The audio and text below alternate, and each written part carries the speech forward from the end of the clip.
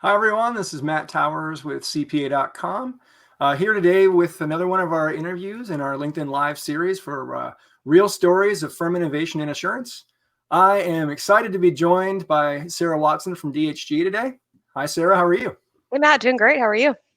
I'm doing well. Hopefully, your cats are doing well and they're well fed and they won't be jumping up on camera today. Can't promise it, but we'll find out. I'm excited to talk a bit about your role there and kind of what DHG is up to around the subject of innovation. Maybe we can just start a little bit more about who you are and a little bit about your role there. Sure. Thanks, Matt. So, again, I'm Sara Watson. I work at DHG. I am a manager in our assurance, innovation, and methodology practice. So, I started my career in assurance. I worked primarily in healthcare. And then our firm, we'll get into the story of our change management and our innovation, but we built our own proprietary assurance methodology in 2018. So I moved over to our assurance, innovation, and methodology group, and that is where I work today. I'm also part of the DAS, the Dynamic Audit Solution. So work closely with the AICPA there.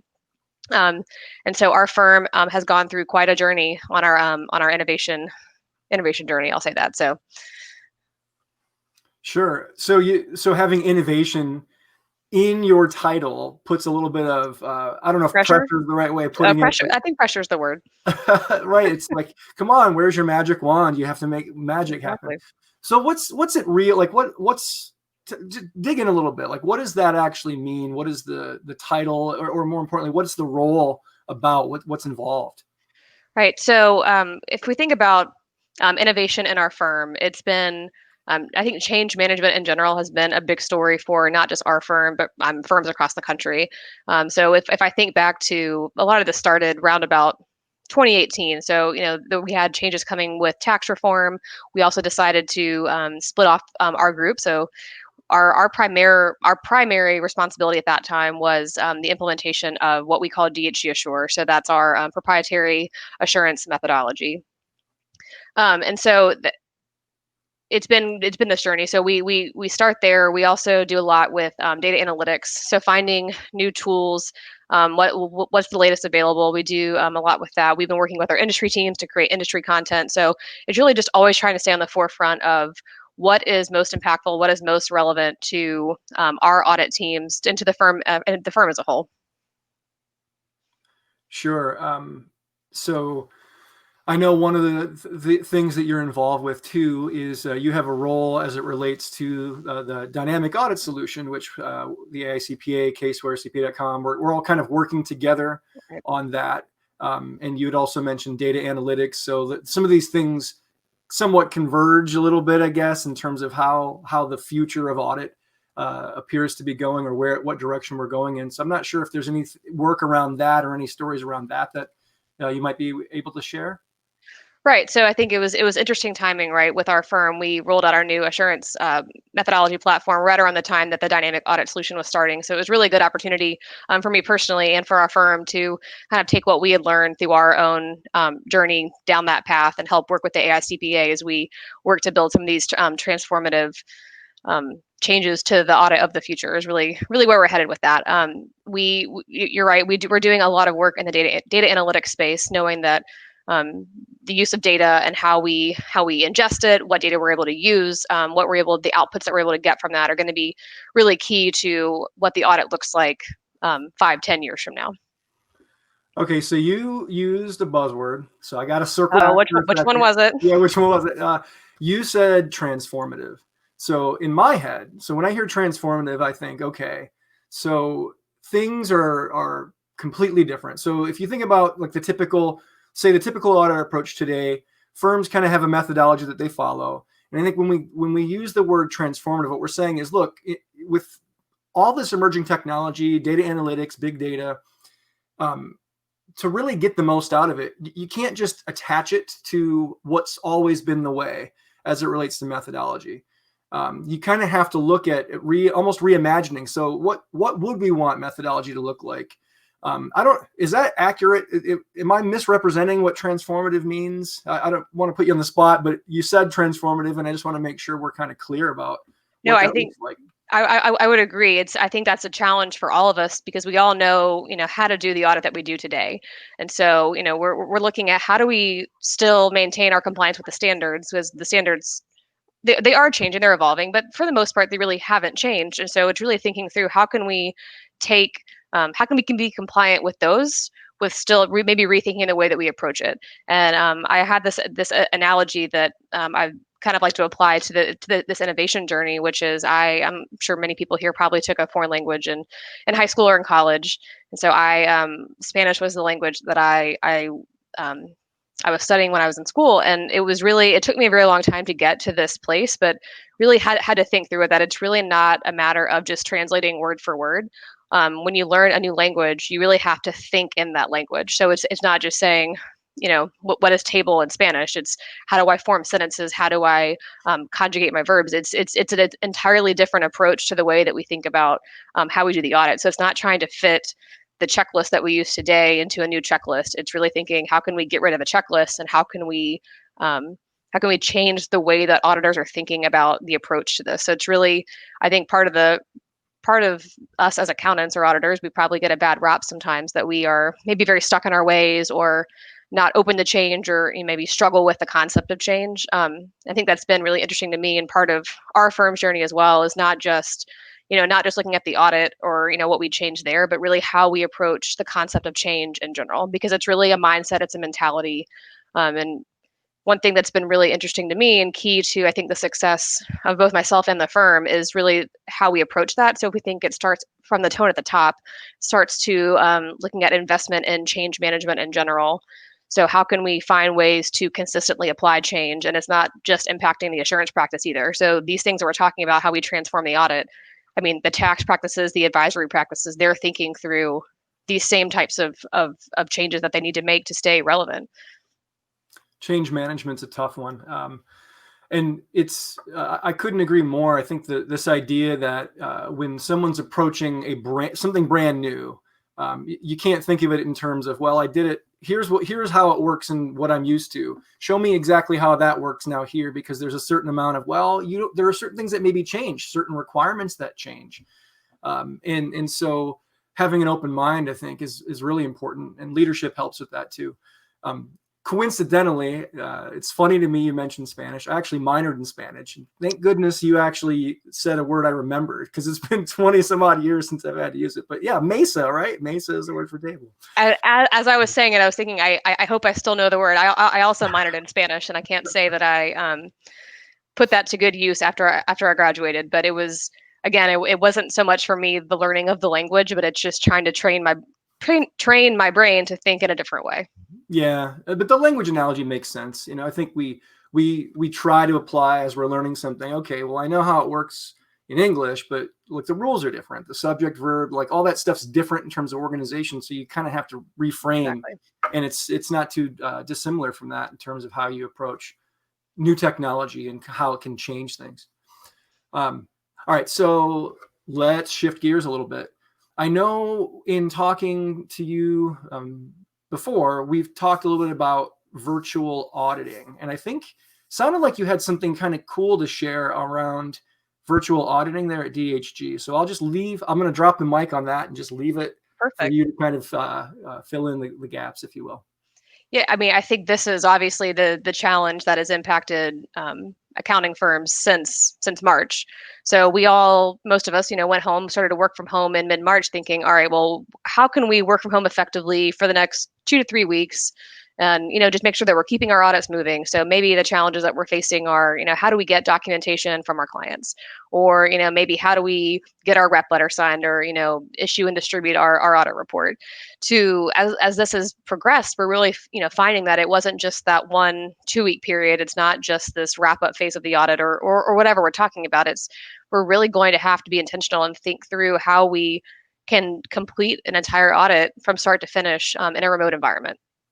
And well, one thing that we're talking about all this change and innovation, and our firm built our own proprietary methodology, and our firm invested in DAS, and we're actively working on that. I think that's great for a lot of maybe larger firms, but that's not practical or something that every firm is able to do.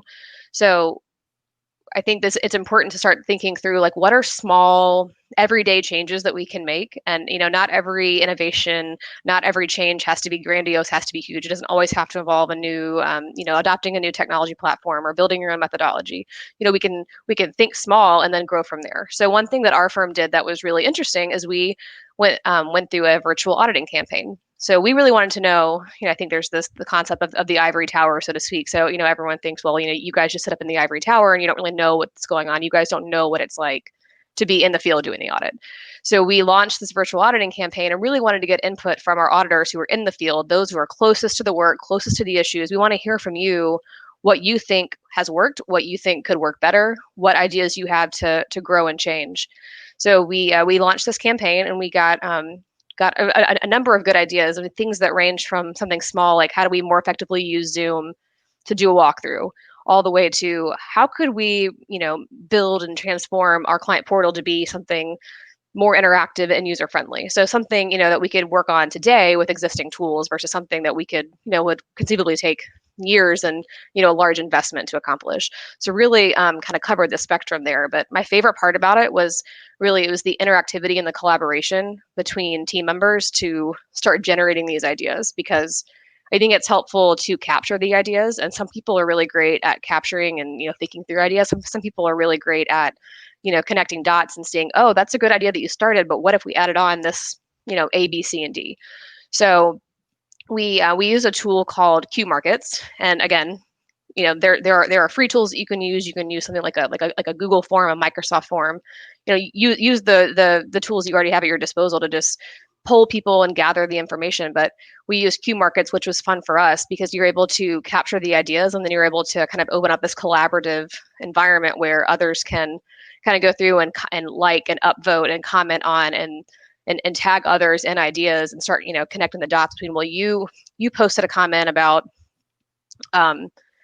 how we can I'm not sure how we can better track our non-attest services, and then you posted a comment about how we can link something into our ERP system. So how can we connect the dots between, well, how could we more effectively or automate the way that we capture non-attest services in our audit documentation. So I mean, it was it covered the spectrum here, but it was a good way to encourage our teams to collaborate with each other and think through what possibilities might exist.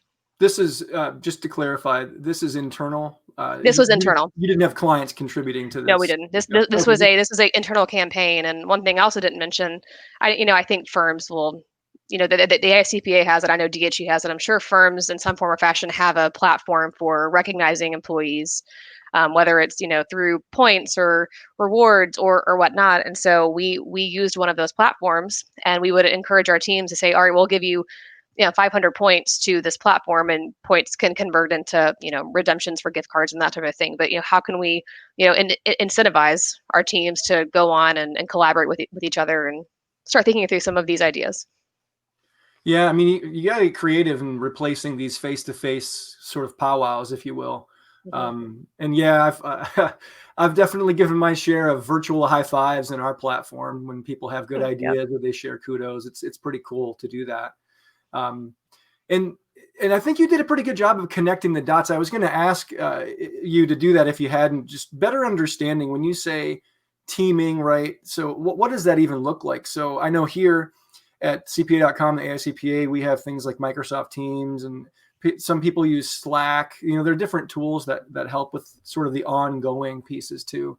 And I don't know about you, Sarah, but I know it helps me to not just have these ways of teaming, but it's also good to have these ways of just connecting with each other. The human element of just how are you doing? How are you kind of handling work? How are you handling life? It's sort of a strange time. Obviously, right now we're all experiencing, so it's good to have those human moments too as part of it. Well, and what's been fun for me is so the team that I'm working with, and you've met many of them on this dynamic audit solution project. So we've been remote since the start. So I mean, obviously before COVID, we were able to still meet face to face periodically, but for the most part, our work has always been remote. And so we were very early on looking for ways to better connect with each other and stay in touch. And so one of the ways that we do this is we have this board, and so every day we all go in and put a meme or a photo or tell some story about what's going on in our lives. So you joke, some maybe mine would be a picture of the cat doing something crazy, but someone else is going to tell me some story about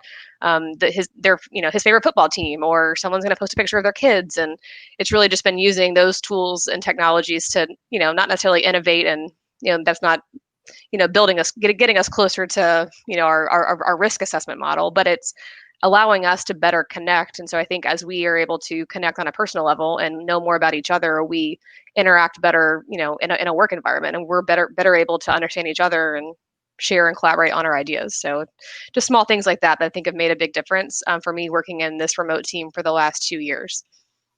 Yeah, there's no better way, I guess, to get things started than to make somebody laugh, send them a funny video or whatnot. And it just sort of gets the right vibe and momentum going, Momentum's huge. It's great when you get it and you just keep it. So I'll ask one more question, just to kind of give you an opportunity. If there's any suggestion you have for anybody listening in terms of, is there anything that they might be able to do to take a more innovative approach to how they operate, whether it's, I like the point you made about it can be a really small change. It doesn't have to be some huge grandiose thing. I think people are hungry for that kind of stuff. So what's a good example? Or if you don't have an example of something, just any thoughts around how to take a more innovative approach in general?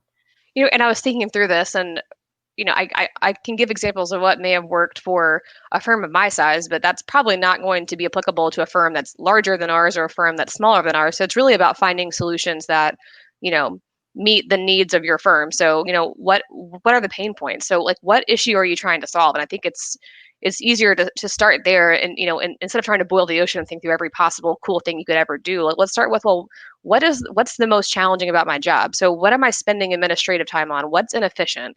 What is my number one pain point that I'm trying to solve? And so starting there, and then just really trying to think through, again, starting small. We don't all have the time or resources to go build new systems and transform our methodologies, but how can we, and again, I think it gets back to, let's talk to people who are doing this every day. So people don't want to hear necessarily from me. I haven't been on the ground doing an audit in 2 years. Like, I want to hear from someone who is trying to do a walkthrough with a client this week, who is struggling to figure out ways to do that. So and it's finding maybe the tools that you have that are free. So I was thinking through, I said the example, but you can use like a form on Google or Microsoft. So just like, what's your name, what's your idea, and then maybe share that response sheet and let people comment, upvote, collaborate there. So it's just finding ways to get your teams together and brainstorm, what common issues they're facing and what solutions they may have. Because I think it's different for every firm, based on size, based on geography, based on any number of factors.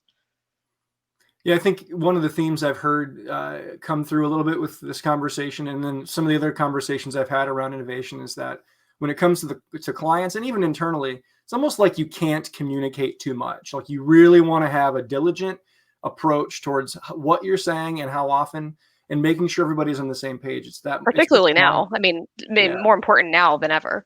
yeah, absolutely. Well, Sarah, it's been delightful to have you. I really appreciate Thanks, Matt. you taking the time today. No surprise visits from the cats, so I'm a little disappointed, but that's all right. It's all right. Maybe And next time. yeah, and thanks everybody for listening in, and hopefully you took away a nugget or two from the conversation. And we'll be back at it again with another interview here in the coming days and weeks. Thank you. Thanks, Matt.